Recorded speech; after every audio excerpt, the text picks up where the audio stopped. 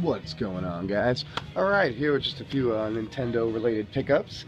So the first thing I got is the September-October edition of Nintendo Force.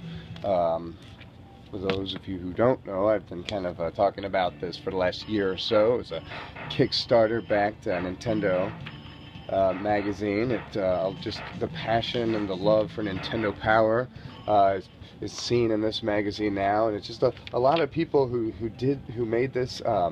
Even though they went on Kickstarter, got the money they needed, they didn't even take pay cuts until they reached far above the needed amount of money to produce their their second year of this magazine. So this is issue 11, and I think I had pretty much most of the back issues now. I might be missing issue 2 or 3, but they actually sent us the first ones as a Kickstarter backer reward. So yeah, Nintendo Force, really cool magazine, and it's, even though it's bi-monthly, if it got more support, this could be monthly, and it could have a lot of potentials, because it's got like a classic, or not classic, it's got a collector's corner, it's got a few other neat things, and it kind of, so it does talk about like prevalent stuff and things that you can still go out and get, and really good reviews of like Hyrule Warriors there. So yeah, Nintendo Force. Alright, so I picked up one Famicom game just to play, and that was, I believe it's Fatal Fury 2. Something Densetsu, Goken Densetsu, I don't know. Yeah, it's just, wanted something to play on the Famicom. I actually just knocked those little locks out of one of my Super Nintendos. I didn't realize, this sounds silly, but I didn't realize I couldn't play PAL Super Famicom games on a NTSC system. A friend of mine had, a Mist Storm had sent me, I believe it was a Mist Storm, I don't know. I apologize. But a YouTuber buddy had sent me a Super Alesti quite a few years ago, so I actually tried to pop it in. I didn't realize PAL didn't play, but I did pick up one Famicom game, so I'll probably go and grab a few of the fighters when I see them, but I'm not going to invest a lot of time or money into Super Famicom for now. Alright, one more NES game that I needed. I did pick this up a few weeks ago, so I might have showed this, but this is just a better label version of it, and that's just NFL. So, get that out of the way.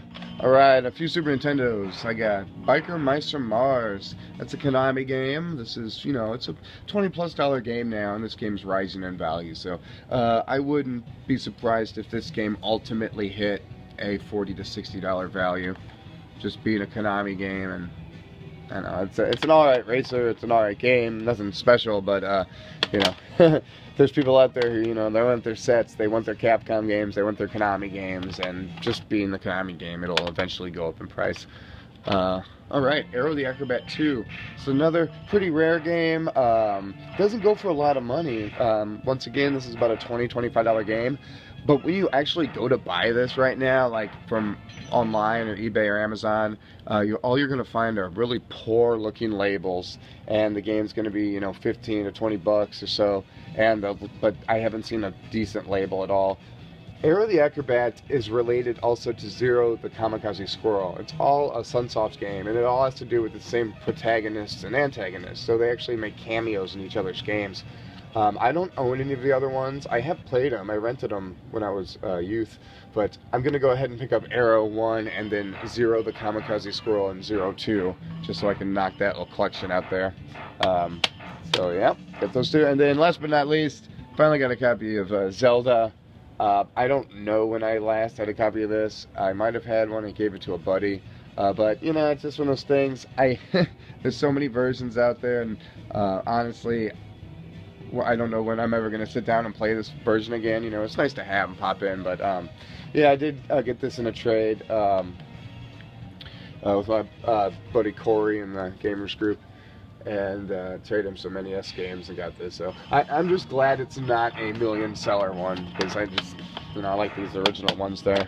So Yeah, that's about it. I did pick up one more thing here, and I'm actually going to go in more detail in this in another video, but I picked up the April '93 edition of GamePro, and there's a big story behind this, and some of you who read Console Wars might have been led a little bit, tipped off a little bit to what was going on here, but they didn't even touch it much in Console Wars. But yeah, there's a lot to do with this GamePro magazine and that cover there, so I'm going to talk about that in its own video. So alright guys, thanks for watching, stay tuned, peace.